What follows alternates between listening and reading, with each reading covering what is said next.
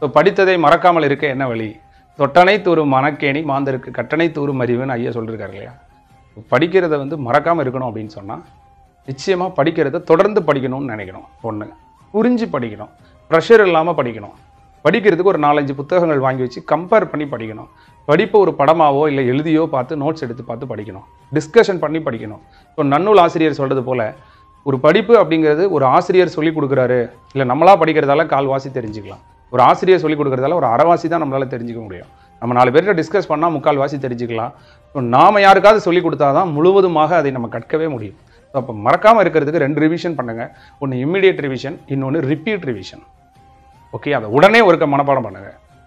அப்புறம் மறக்கிறதுக்கு முன்னாடியெல்லாம் அப்பப்போ மனப்பாடம் பண்ணுங்கள். அதாவது அதை ரிவிஷன் பண்ணுங்கள்.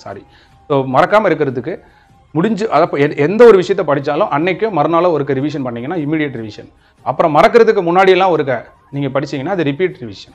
ஸோ அதுதான் ரொம்ப முக்கியமானது. ரிவிஷன் ஸ்ட்ராட்டஜியை வந்து நீங்கள் ரெகுலராக ஃபாலோ பண்ணிங்கன்னா உங்களுக்கு நிச்சயமாக வந்து மறக்காது. நிறைய பேர் ரிவிஷன் ஸ்ட்ராட்டஜியை விட்டுறாங்க. இன்னொன்று இன்கம்ப்ளீட்டாக ரிவிஷன் பண்ணுறாங்க. சரியாக படிக்காமலே திருப்பி அதை ரிவிஷன் பண்ணுறாங்க. அப்போ சரியாக படிக்காததால் அந்த ரிவிஷன் கொஞ்சம் குறையாக தான் இருக்கும். ஓகேயா?